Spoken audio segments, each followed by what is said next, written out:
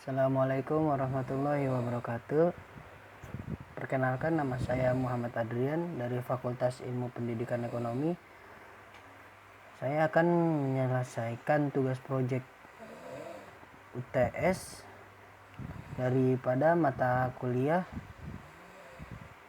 akuntansi dengan materi analisis transaksi. Setiap pos dalam laporan keuangan yang disebut akun dimasukkan ke dalam buku besar. Neraca saldo merupakan perpindahan dari buku besar. Klasifikasi utama dari akun. Aset adalah sumber daya yang dimiliki oleh perusahaan, seperti kas, perlengkapan, bangunan, peluang usaha. Ada kewajiban juga. Kewajiban adalah utang kepada pihak luar atau kreditor yang harus dibayar, seperti utang usaha, wesel bayar, utang gaji. Selain itu ada ekuitas pemilik, adalah hak pemilik atas aset perusahaan, seperti modal, Kriscak, penarikan Kriscak. Selain itu ada pendapatan. Pendapatan adalah kenaikan ekuitas pemilik sebagai hasil dari menjual jasa atau produk, yaitu pendapatan jasa dan pendapatan komisi. Yang terakhir ada beban. Beban adalah penggunaan aset atau jasa untuk menghasilkan pendapatan, seperti beban sewa, beban gaji, dan beban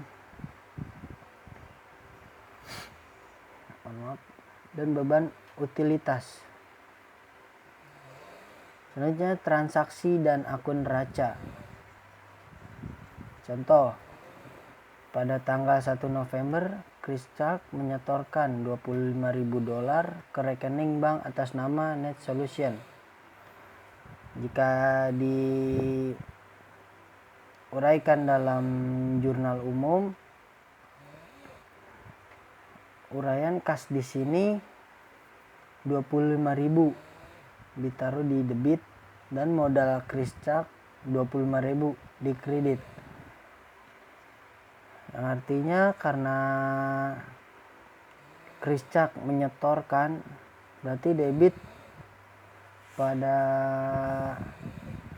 bertambah dan kredit berkurang sebesar 25.000.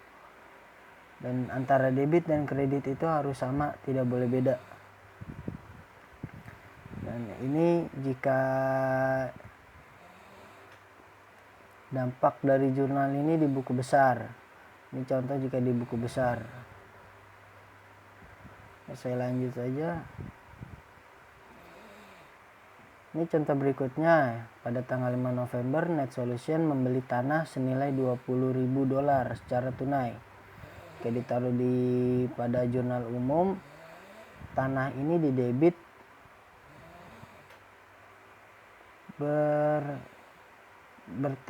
bertambah dan kas berkurang sebesar 20.000.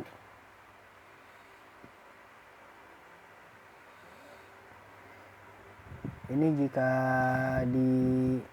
jika contohnya ditaruh diuraikan di dalam buku besar.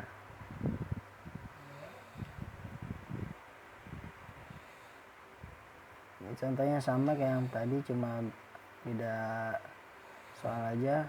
Oke, saya skip.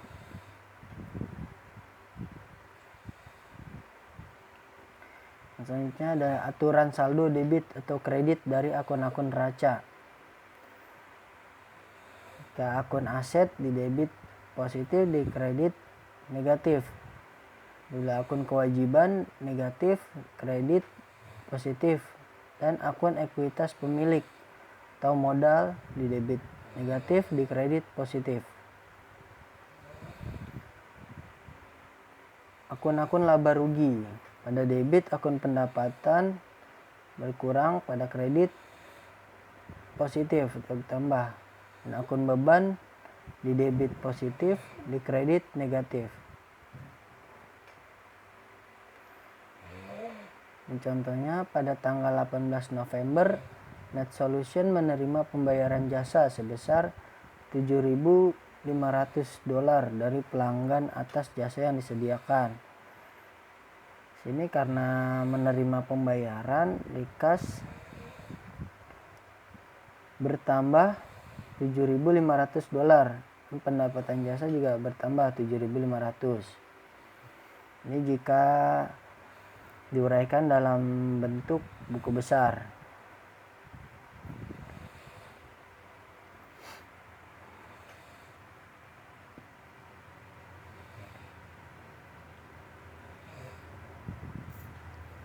Di setiap jurnal jumlah debit dan kredit harus balance.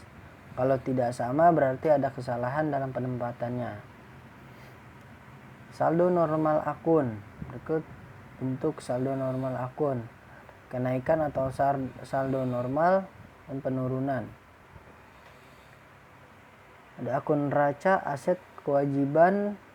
Akun neraca yang berisi aset, kewajiban, ekuitas pemilik, modal, dan penarikan. Juga ada akun laporan laba rugi, pendapatan, dan beban. Menjurnal dan memposting.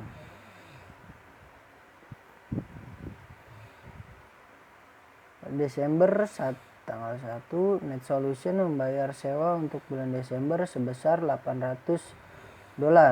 Beban sewanya di sini berarti membayar dan beban sewanya berarti bertambah, dan kas juga bertambah $800.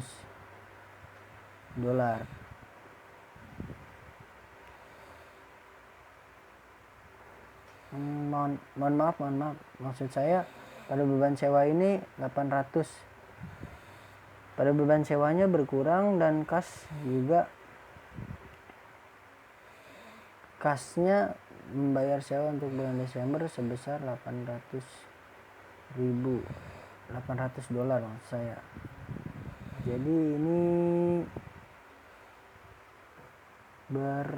pada kas ini mengalami pengurangan.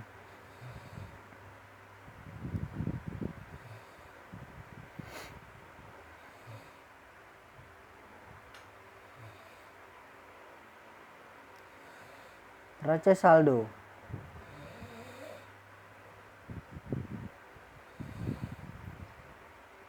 Ini bentuk contoh neraca saldo.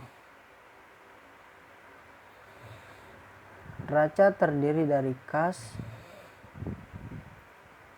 piutang usaha, perlengkapan, asuransi dibayar di muka, tanah, peralatan kantor, utang usaha, sewa diterima di muka, modal, risk-charge. Dan ada laporan ekuitas pemilik yaitu penarikan, risk-charge. Dan juga laporan laba rugi. Ada pendapatan jasa, beban upah, beban sewa, beban utilitas, beban perlengkapan, beban rupa-rupa. Sekian yang bisa dapat saya sampaikan. Kurang lebihnya mohon maaf apabila terjadi kesalahan dalam penyampaian. Wabillahi taufiq wal hidayah. Wassalamualaikum warahmatullahi wabarakatuh.